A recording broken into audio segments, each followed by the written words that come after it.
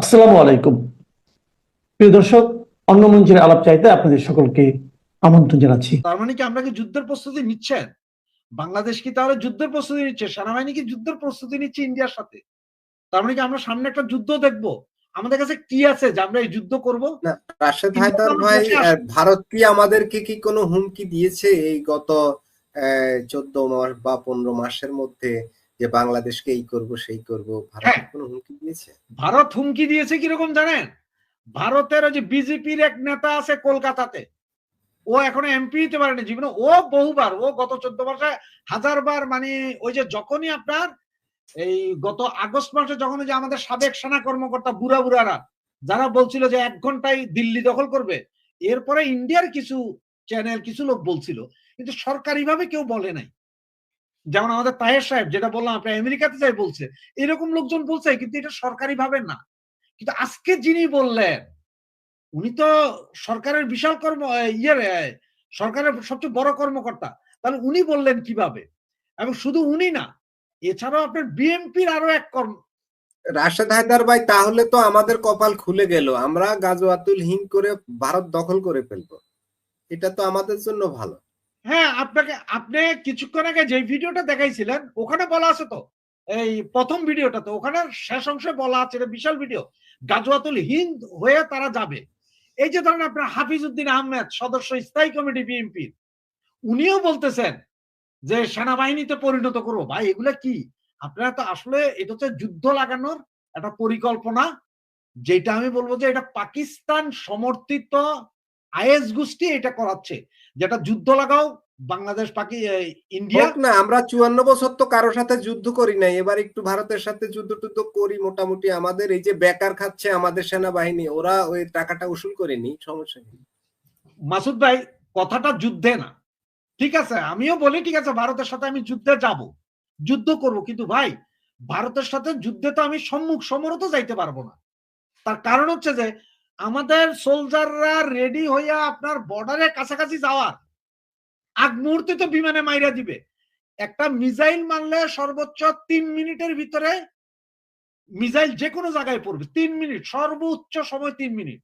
তো বাংলাদেশের সমস্ত সেনা এবং ক্যাম্প টাকা, যুদ্ধ লাগলে তো আমাদের টাকা পয়সা বা আমাদের দেশের অর্থনৈতিক সমৃদ্ধি আরো বাড়বে না? কিভাবে বাড়বে? কিভাবে বাড়বে? না বাড়লে আমরা যুদ্ধে যাব কেন? এখন আমরা যুদ্ধে যাবো কেন? এটাই তো পাগলামি, এটাই তো বলতেছি যে মানুষ কি বুঝতেছে না, এরা না না, যুদ্ধটা যুদ্ধটা তো একটা প্রোডাকশন। মনে হচ্ছে প্রতিটা যুদ্ধ যখন হয় তখন একটা দেশ খুব সমৃদ্ধশালী হয়, যেমন পাকিস্তান এখন পৃথিবীতে অনেক ধনী একটা দেশ হয়ে গেছে না? হ্যাঁ, যেমন ইউক্রেন বহু ধনী দেশ এই মুহূর্তে, এক হ্যাঁ, সময়কার লিবিয়া এখন বহু ধনী দেশ। তো এই পৃথিবীর সবাই ওদেরকে জাকাত দিচ্ছে, এখন টাকা পয়সা ওদের ইরাক ধনী উপচে দেশ। পড়তেছে। জাকাতের কথা যেমন ওই যে আমাদের আমির সাহেব বলছেন আমেরিকাতে দাঁড়াইয়া, যে আমি সারা বিশ্বের সমস্ত মুসলমান দেশকে বলেছি এখন থেকে জাকাতের সমস্ত পয়সা বাংলাদেশে আসবে। এগুলো তো হচ্ছে প্রিপ্ল্যান্ড, ওই যে জাকাতের পয়সা আপনাদের খাওয়াবে। বাংলাদেশে অবশ্য 18 কোটি মানুষ জমা হয়ে গেছে, একটা যুদ্ধ লাগলে হয়তো 4-5 কোটি মানুষ মরবে, জনসংখ্যা কমাবে। ওরা যে মৌলবাদী দেশ এটা এটা প্রমাণ করতে হবে বিশ্বের সামনে। এগুলো করার জন্যই আসলে এগুলো করা হচ্ছে। এটা আমার মনে হয় না এখন বাংলাদেশের মানুষ একদম যে না বুঝে তা না। বাংলাদেশের মানুষ অনেক রাজনৈতিক সচেতন। ওনারা সকলেই বুঝতে পারতেছে যে আসলে এরা কি করতে চাচ্ছে। এরা এই দেশটাকে এমন একটা জায়গায় নিবে ভাই, যে আমরা সব দেশের ব্যাটেল ফিল্ড হব। মানে আমাদের কাছে তখন আমেরিকা অস্ত্র বেচবে, পাকিস্তান তাদের ভাঙাচুরা যেসব অস্ত্রগুলো আছে যেগুলো চলে না ওগুলো সব আমাদের বেচবে, যে তোমরা এগুলো কিনা নাও, মারো, এগুলো মারো ইন্ডিয়াতে, যেগুলো হয়তো আমরা ঢাকা থেকে মারলে মানে রাশেদ রাজশাহীতে হায়দার চলে ভাই, যাবে। 71-এ ভারত আমাদের পক্ষ হইয়া পাকিস্তানের সাথে যুদ্ধ করছে, আর এবার আমরা পাকিস্তানের পক্ষ হইয়া ভারতের সাথে যুদ্ধ করব, মানে ভারতের সাথে একদম যুদ্ধ মানে করবেন, আর ওই যে সেম আমাদের কিছু ওই শোধ যে করে দিচ্ছি আর কি। না না আমাদের কিছু পাকিস্তানের ওই ঋণ যে শোধ মুসলমান করতেছি ভাই নাকি? যেগুলো আছে আর কি, আমাদের এই যে টুপি পরা মুসলমান ভাই যেগুলো আছে, ওই যে ধরেন এই কিছু টুপি টাপা পরা হুজুর টাইপের, এরা এরা যুদ্ধ করতে যাবে, এদের কাছে কিছু নাই, ঠন ঠন, এরা নিজে, এছাড়া আর কোনো ইয়ে নাই। যেমন আপনার এখানে এখন এই যে একজন লেখছে সাদ্দাম, ও কি করবে? ও যুদ্ধে যাবে, ওর কি আছে? ওই যে ঢিলাকুলু করার ইটেগুলা মারবে নাকি ইন্ডিয়ার হ্যাঁ, ওটা দিকে? আমরা আবিষ্কার করছি তো, এই যে এই ঢিলাগুলার আবিষ্কারক তো বাংলাদেশ, এর জন্য হ্যাঁ, তো আমরা নোবেল পাইতে পারি। কারণ হচ্ছে যে এরা এই মৌলবাদীরা এখন যৌন জিহাদ করবে, এরা এই করার জন্য, মানে দেশের যা করার তা তো শেষ। মৌলবাদীরা আরো 10 বছর এই দেশকে এইভাবে চায়, দরকারে এই দেশ ভিক্ষা করুক তাও চায়, কিন্তু তারা চায় যে একটা গ্যাঞ্জাম লাগুক, একটা যুদ্ধ হোক। মানে এটাকে গাজা না বানাইতে পারা পর্যন্ত তাদের শান্তি নেই। মোটামুটি হোক না, গাজা হইলেও তো ভালো, সারা পৃথিবীতে আমরা আলোচনার কেন্দ্রবিন্দুতে থাকবো। একদম ঠিক। জাতিসংঘ এই যে আমাদেরকে গাজায় নিয়ে মিটিং গাজায় যারা, করবে। যেমন গাজার জন্য আপনারা সবাই কান্না করেন, আর আমি গাজার নাম শুনলে আমার এদের মাবুন তিলা গাইলে ইচ্ছা করে। তার কারণ হচ্ছে যে গাজারে কেউ মারতে আসে নাই, তোমরা কেন গেছো গুটনামি করতে? এখন মাইরটা খাও, মাইর খাইতে থাকো, তোমরা মরক তোমাদের গাজাবাসী, আমার কি যায়? গাজাতে যখন ওরা আক্রমণ করলো, এরা ওই যে কি বলে, আক্রমণের পর ওরা 1400 ইসরায়েলের লোক মেরে ফেললো না, তখন আমরা 1400 বার আলহামদুলিল্লাহ বললাম, এরপর আমরা 69,000 বার ইন্নালিল্লাহ বললাম। তাহলে সমস্যা কি? এই তো সোয়াব, আলহামদুলিল্লাহ বললেও সোয়াব, ইন্নালিল্লাহ বললেও সোয়াব, দুটাতেই তো সোয়াব। এটা সব দুই দিকেই সোয়াব, যেদিকেই বলবেন বলেন সেদিকেই সোয়াব, সোয়াব আসতে থাকুক, চলুক। এটারে বলা হয় পিপিলিকার পাখা গজায় মরিবার তরে। এরা তো আমি মনে করি যে আইএস এর এজেন্ট হিসেবে কাজ করতেছে, তারা কিন্তু বাস্তবতাটা দেখে না। কিন্তু আজকে দেখেন আফগানিস্তান কিন্তু তাদের যে একটা নদী আছে, যেটা আপনার ওদের কি জানি প্রদেশ ইয়াটা পাহাড় থেকে নামে নদীটা 400 কিলোমিটার 420 কিলোমিটার, এটা পাকিস্তানে পানি আসে, ওইটা নদীর উপর বাঁধ দিতেছে ওরা। আজকে আফগানিস্তানে কিন্তু মানে এরা যদিও যুদ্ধবিরতি চলতেছে, কিন্তু আজকে পাকিস্তানের এক মন্ত্রী কিন্তু এক বিবৃতি দিয়েছে যে কি না হইলে তারা আবার যুদ্ধে জড়ায় পড়বে, মানে বড় ধরনের যুদ্ধে জড়ায় পড়বে। তাহলে আফগানিস্তান কি নাকি হিন্দু রাষ্ট্র? সাদ্দাম ভাই কি শুনতেছেন আমার কথা? ভাইয়া মাথা মোটা কাজ করলে হবে না। মুসলমান অন্য দেশের ঠান্ডা মাথায় কথা বলেন, মাথা ব্রেন কাটার। আফগানিস্তান দেখেন, সাদ্দাম সাহেবরে বলতেছি, আফগানিস্তানের মতো দেশ পাকিস্তানের বিরুদ্ধে চলে গেছে, তাহলে পাকিস্তানি লোকরা কত খারাপ, আর আপনারা তাদের এজেন্ট হয়ে কাজ করতেছেন। আমি মনে করি আমরা যুদ্ধ করতে যাবো, আমরা শান্তিপূর্ণ দেশ, 54 বছরে তো আমরা যুদ্ধ করি নাই কেউ সাথে, ভারতের সাথে আমরা যুদ্ধ করার দরকার নাই তো, ভারত আমাদের কোনো ক্ষতি করে নাই। ভারত থেকে পেঁয়াজ তেল ডাল বন্ধ করে দিলে আপনার না খায় মরণ লাগবো, আপনার 150 টাকা 500 টাকায় পেঁয়াজ কিনো লাগবো, রসুন কিনো লাগবো, চাউল কিনো লাগবো 100 টাকা কেজি। এখনই মানুষকে উস্কানি দিয়া দেশকে ধ্বংসের দিকে নিয়ে যাচ্ছেন। এই যে আপনার মসজিদ ভেঙে ফেলবে, মন্দির ভেঙে ফেলবে বলো, ভারতে 25 থেকে 30 কোটি মুসলমান আছে, 25 থেকে 30 কোটি মুসলমান আমি যতটুকু জানি সারা ভারতে। বাংলাদেশের দ্বিগুণ মুসলমান আছে ভারতে। হ্যাঁ, কয়েকটা এলাকায় তো একদম পুরাই মুসলমান অধ্যুষিত, আহমদাবাদে, যে গুজরাট, ওইসব এলাকাতে যেখানে আপনার মুসলিম এমপি হয়ে জায়গা। ইন্ডিয়া আপনার কলকাতায় কিন্তু একটা এলাকায় অনেক মুসলিম, আসামের অন্যদিকে অনেক মুসলিম। এখানে যে এই যে মসজিদ আছে, তাহলে এই মসজিদ থাকবে। আপনাদের বাংলাদেশে মন্দির ভাঙে হলে মূর্তি ভাঙবেন, বাংলাদেশের মধ্যে এই যে মৌলবী যে কোথাও বললো, এটা তো আমাদের প্রশাসন দেখা উচিত। প্রশাসন যদি না দেখে, যেটা এখন হচ্ছে গত 14 মাসে 1 টাকার বিনিয়োগ আসেনি বিদেশ থেকে। জাপানি পত্রিকা থেকে যে রিপোর্টটা আসছে, 1 বছর আগে রিপোর্ট দিয়েছিল, 1 বছর পর আবার রিপিট দিছে, এখন কিন্তু আরো 4 মাস 3 মাস গেল, এখন কিন্তু এগুলি কিন্তু বেড়ে আসতেছে। জাপানি পত্রিকা কিন্তু মিলে যাচ্ছে নাকি? মিলে যাচ্ছে না, সবগুলো রিপোর্ট হাতে মিলে যাচ্ছে। আপনি এই যে আজকে অস্ত্র সহ যে আপনি এটা বললো, আর এই যে মৌলবী যে দুইজনে যে আপনি করলো, এগুলি কি ভিডিও সারা বিশ্বে চলে গেছে না?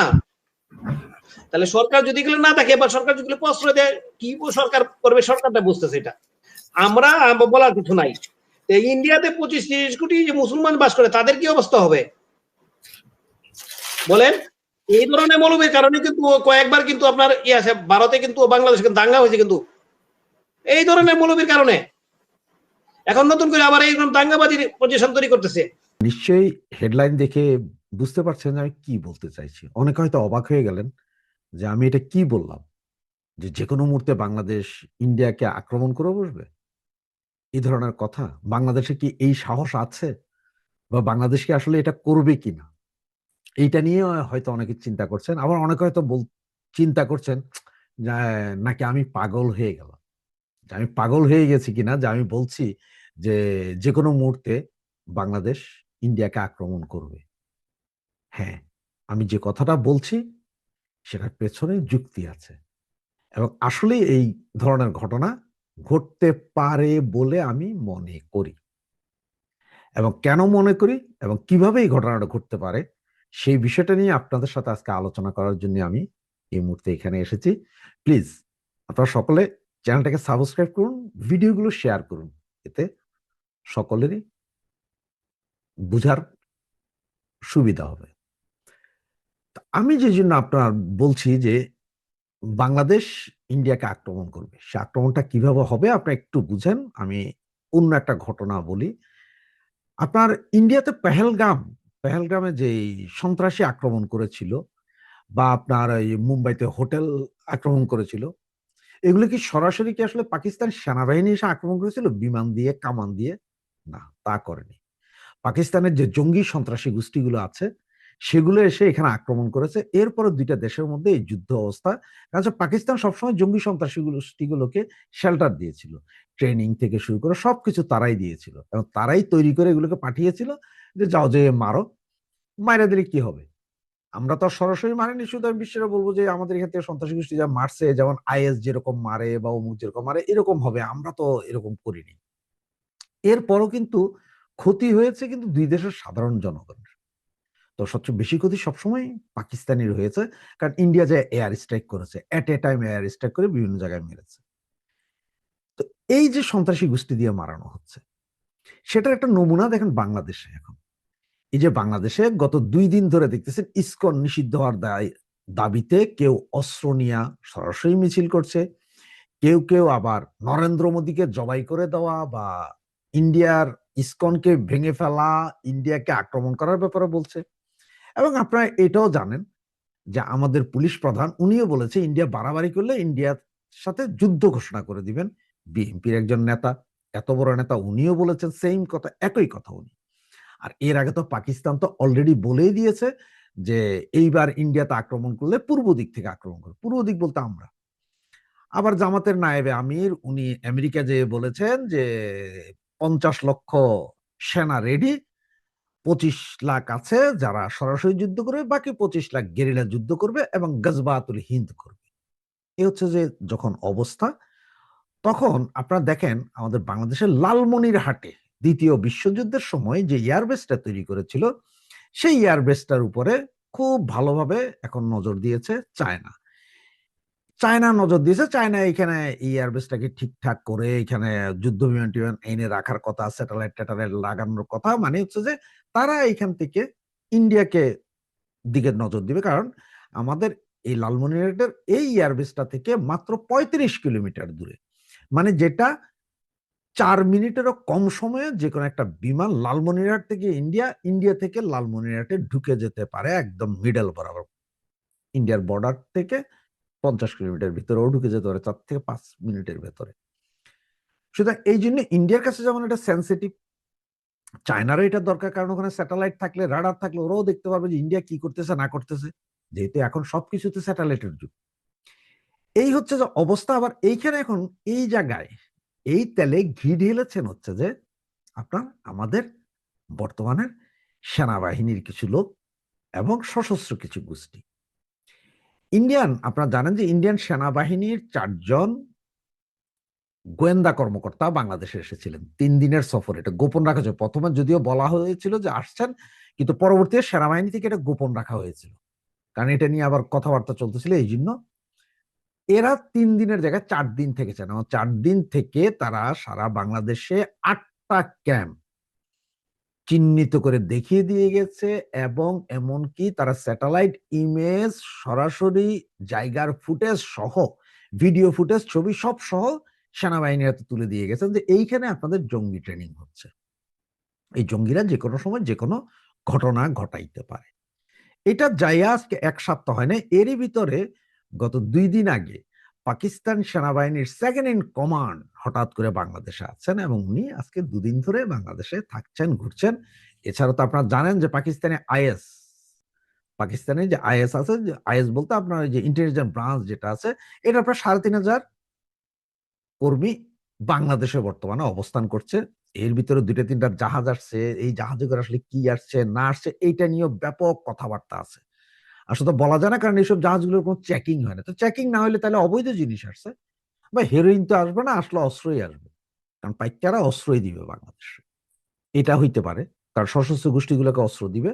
কারণ হচ্ছে পাকিস্তানের ব্যাপার হচ্ছে যে পাকিস্তান চট্টগ্রাম অঞ্চল দিয়ে সশস্ত্র গোষ্ঠীগুলোকে অস্ত্র দিলে তারা সেভেন সিস্টারে গ্যাঞ্জাম লাগায় রাখতে পারবে। আবার এই দিকে যাইয়া আপনার উত্তরবঙ্গের দিকে দিলে সেখান থেকে ওই যে আপনার বাকি কলকাতা মলকাতা ওইসব সাইডে একটু গ্যাঞ্জাম লাগায় রাখতে পারবে। ইন্ডিয়াকে একটু অস্থিতিশীল করে রাখা, এতে পাকিস্তানের সুবিধা হচ্ছে যে পাকিস্তান তখন বেলুচ নিয়ে একটু মাথা ঘামাইতে পারবে, এবং কাশ্মীর নিয়ে তাদের একটু সান্ত্বনা থাকবে, কারণ ইন্ডিয়া কয় দিকে ব্যস্ত থাকবে। এদিকে আবার চায়না আছে, ইন্ডিয়ার আর একটা ভয় আছে চায়না, যদি চায়নার সাথে এখন মোটামুটি একটা নেগোজিয়েশন আছে। এদিকে আপনাদের মায়ানমারের যে বর্ডারটা চায়নার সাথে ছিল, সেই অঞ্চলটা পুরো একটা বিদ্রোহী গোষ্ঠী দখল করে ফেলেছিল। ফেলানোর পরে কি হলো, গত এক সপ্তাহ আগে আবার এমন বোম্বিং করলো চাইনিজ বিমান দিয়ে, চায়না থেকে পাওয়া বিমান, রাশিয়া থেকে পাওয়া বিমান এবং ড্রোন দিয়ে এমন ভাবে মেসাকার করলো যে এটা আবার সে সরকারি বাহিনীর হাতে চলে গেছে। সুতরাং ওই সাইড দিয়েও এটা গন্ডগোল দমন করে দিয়েছে চায়না। তার মানে চায়নার বর্ডার ক্লিয়ার করছে, কিন্তু আমাদের 270 কিলোমিটার জায়গা সেটা আমরা এখন দখল করতে পারিনি, সেটাতে আমাদের এখানে ওরাই দখল করে বসছে, সন্ত্রাসী গ্রুপগুলো। আবার আসি আপনাদের সেই কথায় যে বাংলাদেশ যে আক্রমণ করবে, দেন বাংলাদেশ সেনাবাহিনী বা বিমান বাহিনী সরাসরি আক্রমণ করবে না। এখন যেটা হইতে পারে সেটা হচ্ছে যে পাকিস্তান আমাদের দেশের ভিতরে যেসব সন্ত্রাসী গোষ্ঠীগুলো আছে তাদেরকে দিয়ে ইন্ডিয়াতে আক্রমণ চালাবে। সে ইন্ডিয়াতে যখন আক্রমণ চালাবে, ধরেন যে কোনো ভাবে আক্রমণ চালালে সেটা ইন্ডিয়া তখন দেশের সার্বভৌমত্ব আক্রমণ মনে করবে, এবং তারা তখন শুরু করবে আমাদের। তা আমাদের মারলে তো ভাই আমরা 10 মিনিট টিকার মতো ক্ষমতাও আমাদের নাই। কেন নাই? ইন্ডিয়া থেকে একটা বিমান আসতে লাগবে মাত্র, যে কোনো একটা ফাইটার জেট পাঠাইতে লাগবে আমাদের 7 মিনিট, ওই যে আপনার বললাম রংপুরের ওই সাইড থেকে। এবং আর যদি আমাদের রক্ষা করার জন্য কি আসবে পাকিস্তান, পাকিস্তান থেকে একটা যুদ্ধ বিমান বাংলাদেশে আসতে সর্বনিম্ন 2 ঘন্টা 35 মিনিট লাগবে। আপনার গুগল সার্চ করলে যে কেউ পেয়ে যাবে ইন্ডিয়া থেকে কতক্ষণ আর পাকিস্তান থেকে কতক্ষণ লাগবে একটা জেট ঢুকতে।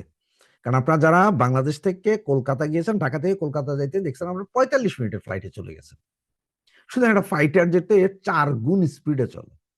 তাহলে এবার চিন্তা করেন যে কতক্ষণের ভিতরে এসে পৌঁছাবে।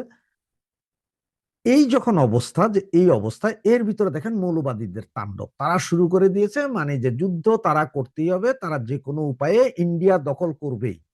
এবং এদের কথা হচ্ছে ইন্ডিয়া হিন্দু, ইন্ডিয়াকে দখল করবে, মানে ইসলামী জোশে দখল করবে। ইসলামী জোশ কিন্তু যে প্যালেস্তাইনের লোকজন দেখাইছিল, ইসরায়েল কিন্তু একেবারে শোয়াই দিছে, জোর আর খাটে নাই। তো এইবারও আমাদেরকে ফালানোর চেষ্টা করতে সেটা। এখন আপনারা বলতে পারেন যে কিভাবে এই সন্ত্রাসী গোষ্ঠী দিয়ে কাজ করবে। দেখেন সন্ত্রাসী গোষ্ঠী 2-3 ভাবে কাজ করতে পারে। একদম নিম্নমানের কিছু ড্রোন দিবে, যেখানে এক্সপ্লোসিভ ভরা থাকবে, 2-4-5 কিলো করে ড্রোন। এই ড্রোন গুলোকে এট এ টাইম উড়াই দিবে, যারা উড়াবে তারা বাংলাদেশ সেনাবাহিনীর পোশাক পরে থাকবে, কারণ সেনাবাহিনীর পোশাক চুরি করে না, কুকি চীনের পোশাক যেরকম বাংলাদেশে বানানো হয় ওইভাবে করবে, বিভিন্ন অঞ্চল থেকে ওইভাবে করে ফেলবে। এই তার কারণ লক্ষণটা দেখছেন আপনারা, আসিফ মাহমুদ সজীব ভাই কিন্তু কয়েকদিন আগে বলছে 8,000 লোককে অস্ত্র প্রশিক্ষণ দেওয়া হবে। এবং আপনারা গত 2 দিন আগে ডিবিসি চ্যানেলের সময় একটা ভিডিওতে দেখেছেন যে আসিফ মাহমুদ সজীব ভুঁইয়ার বাড়িতে চাকরি প্রার্থীদের ইন্টারভিউ। আমার কাছে যতটুকু খবর আছে এখানে ইন্টারভিউ হচ্ছে যে ওরা খুব দ্রুত আগামী 2 মাসের ভিতরে 2,000 নার্স তৈরি করবে, যেগুলো মহিলা এবং পুরুষ নার্স সমান তালে, 1000 পুরুষ 1000 মহিলা নার্স। এদেরকে নাকি বাংলাদেশের যে কোনো সময় গৃহযুদ্ধ লাগলে এদেরকে লাগবে, এই জন্য এই চাকরির ব্যবস্থা করা হচ্ছে। এবং আজকে মাহফুজ আলমও বলছে যে বাংলাদেশে 2-4 মাসের ভিতরে একটা গৃহযুদ্ধের সম্ভাবনা, এখানে যদি ইসলামী মৌলবাদীরা লাগে তাহলে এটা আরো ভয়াবহ অবস্থা হবে। সব দিক যদি চিন্তা করেন তাহলে এবার দেখেন যে কথাগুলো মিলে কিনা। এবং সবচেয়ে সহজ পাইক্যাদের দ্বারা যে বাংলাদেশ থেকে সন্ত্রাসী গ্রুপগুলোর দিয়া যে কোনো উপায়ে, রকেট লঞ্চার হোক, ড্রোন দিয়ে হোক, ড্রোন মানে হচ্ছে ছোট ড্রোন দিয়ে হোক, যে কোনো উপায়ে ইন্ডিয়াতে অ্যাটাক করাবে, এবং যেটার পুরো দায়িত্বটা আমাদের দেশের, আমাদের ঘাড়ের উপরে আসবে। আর আমাদের ঘাড়ের উপরে আসলে ইন্ডিয়া বিমানও লাগবে না, ইন্ডিয়া জাস্ট বর্ডার থেকে মিসাইল ছুড়লেই আমাদের যে কোনো সেনা ক্যাম্প, যে কোনো আবাসস্থল মিসাইলের ধাক্কায় 6 মিনিটের মাথায় চুরমাচুর হয়ে যাবে, আমরা বাধা দেওয়ারও কিছু থাকবে না। সুতরাং এখন আপনারা চিন্তা করেন যে আমি যেটা বললাম আপনাদেরকে, যে ইন্ডিয়ার উপরে বাংলাদেশ যে কোনো মুহূর্তে যুদ্ধে ঝাঁপিয়ে পড়বে, আর সেই যুদ্ধে ঝাঁপিয়ে পড়ার এই কারণগুলো সব ওরা অলরেডি তৈরি করছে, যেটা আমাদের উপদেষ্টারাও বলছে। মাহফুজের মতো তথ্য উপদেষ্টা, তার কাছে তথ্য না থাকলে সেই কথা বলে না, তথ্য উপদেষ্টা উনি।